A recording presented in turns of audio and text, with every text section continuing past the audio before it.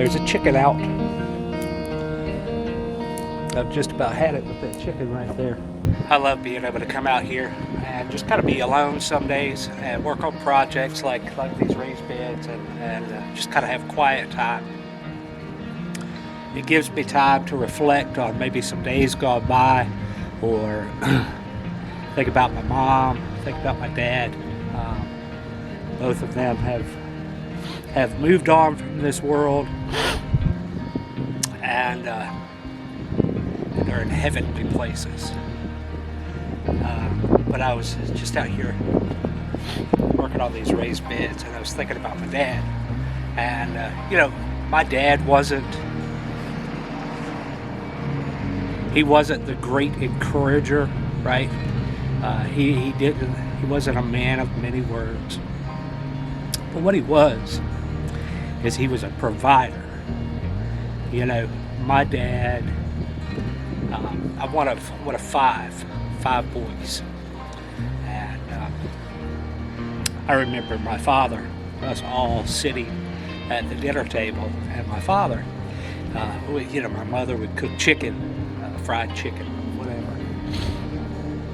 And my father, he would eat the backs of the chicken so that his boys could have the better piece, so that my mother could have a leg or a thigh or whatever piece they might desire. He would eat the backs. And man, I'm so grateful that I got to experience that piece of my daddy. He was in the Army for 27 years. 5 days a week. Vietnam War, Korea. He did his job to make sure that his family was provided for. And praise God for that. I miss my father dearly. I wish we could have had a lot more days together.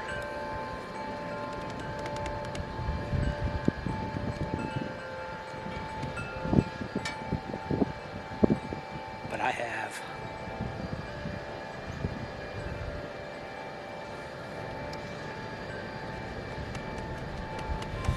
I have some awesome memories of my father going fishing, teaching me how to fish, man. I'm so grateful for that.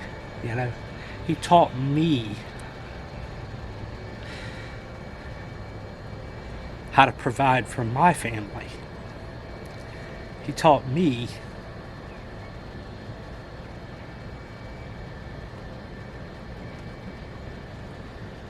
how to grow food. A lot of young people in this world today that don't have daddies like I had. Daddies have just decided to walk out of their lives, or mamas have decided to extinguish relationships, and we've got a group of young people and adults who never had a father, and they don't know what having an example of being a provider is. And that's what my dad was. He was an example of being a provider. We lacked nothing in our life. There was a roof over our head, and the power was paid. There was groceries on the table. And we had clothes on our back. They weren't Nike Air Jordans, but they were clothes. They were shoes on our feet, clothes on our back.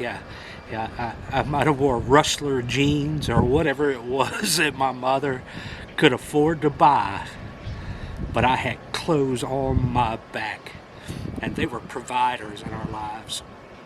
And we need more men and women together in union, providing for their children like that today. We need to encourage daddies to take care of their children. We need to encourage mothers to embrace the fathers so that they can lead their families.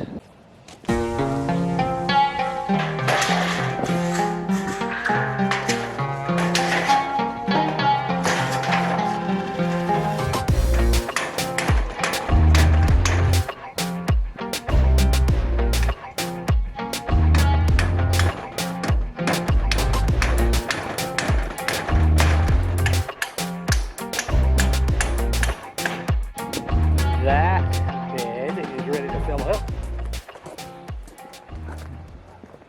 It's going to look real good. So we'll have our row crops here.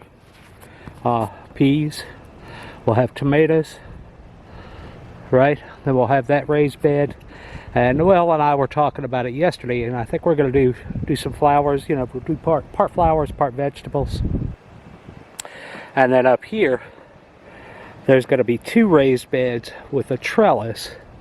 And we'll either do cucumbers or some sort of a melon, you know, Sharon Toss melon, or maybe a blue Hubbard. You know, I don't know what we're going to put in those beds, but that's how that's going to go.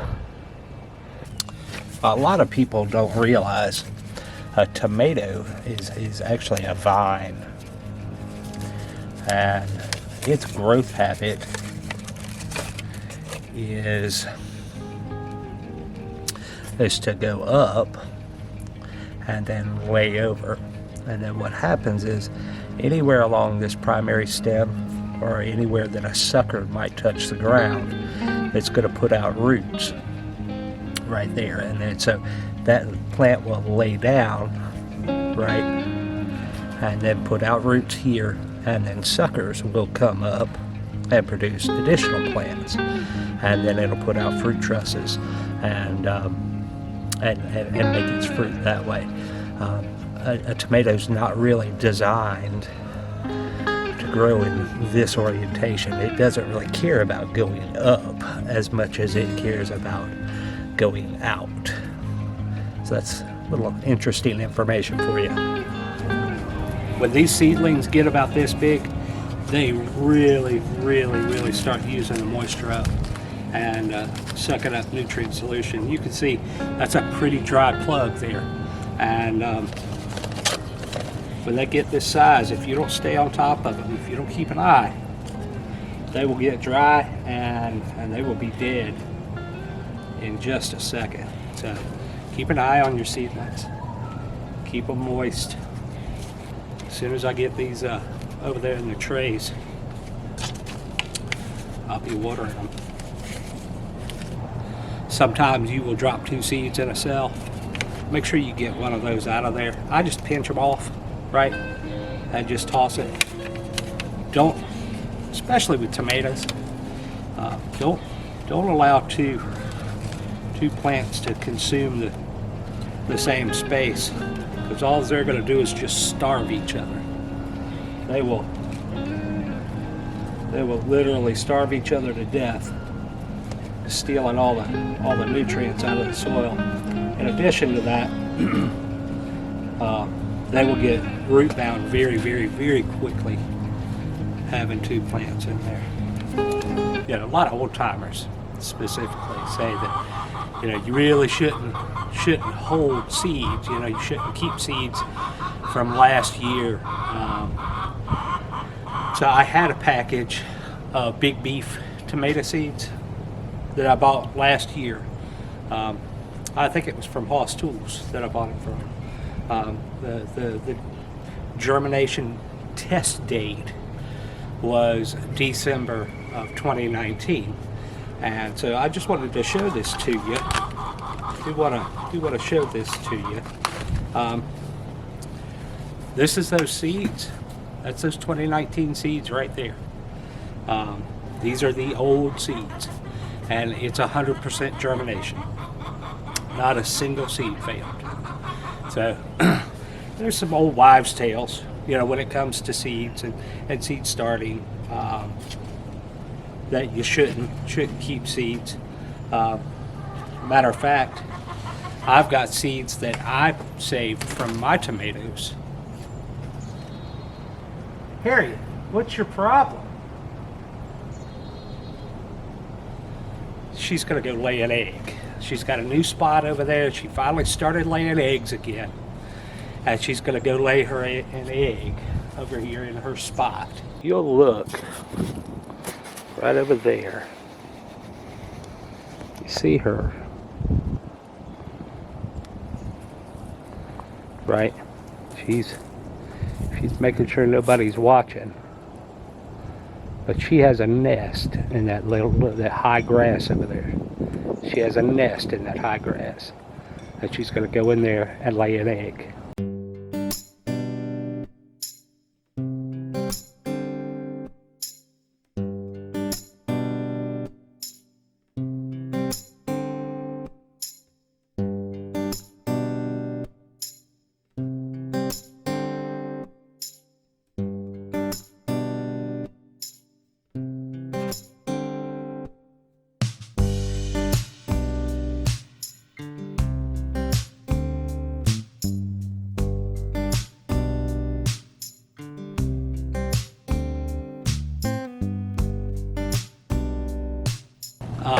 Oh, I was telling you, I've got seeds. I've got plants in there. I kept seeds in 2016 from some Cherokee purples that I grew right here, and decided I wanted to keep seeds that year. That was a good crop. I found those seeds, and I decided, hey, let's give them a shot. Let's see how those plants do. Every one of them germinated from 2016. So once again, you could keep seeds for a long time and they're not going to be a problem. That date on the back, that sell by date, you know, it's a lot like that sell by date on that can of green beans that you get from the grocery store. Those green beans are going to last more than 6 months. They want you to throw that away and come buy more. Yeah, it's wasteful. Just we are such a wasteful society, and I think we could change that.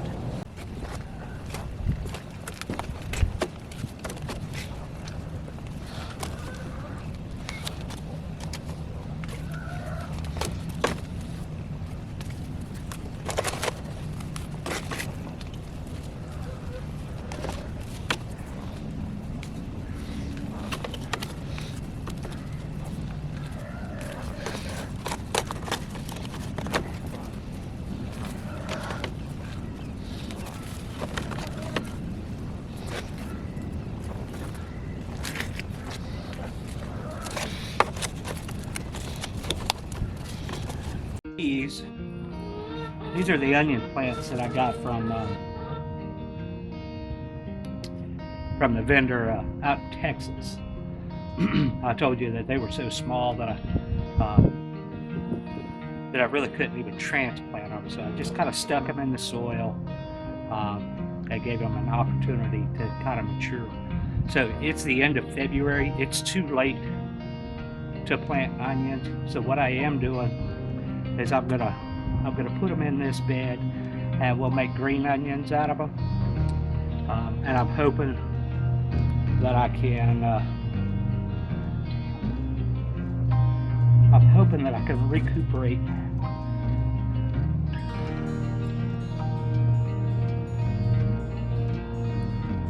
I'm hoping I can recoup my costs.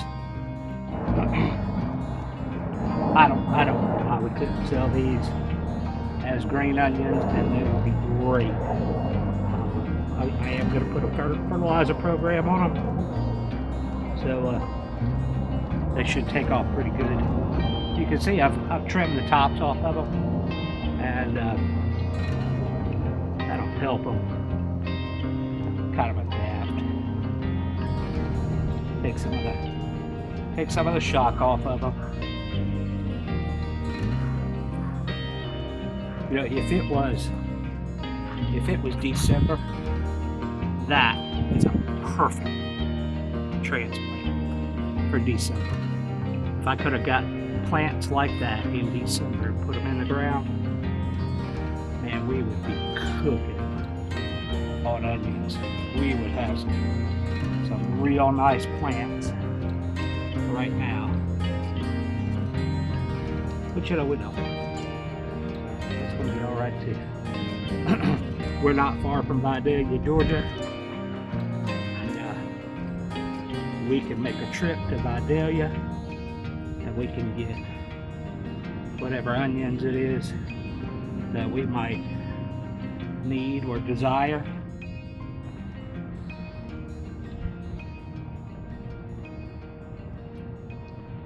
And it will be fine. So these are those bunches. You know, just kind of stuck in the ground. See, when I pull them up, man, those are beautiful plants.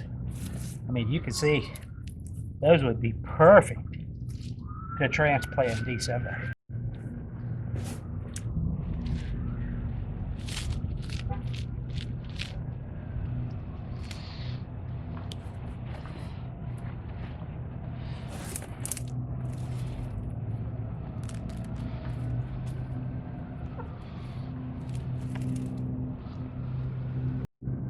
You know, y'all probably think I'm sore about them onions. I promise I'm not. I'm truly encouraged that you know, that's another step in our life that we need to. We just got to step up our game, you know.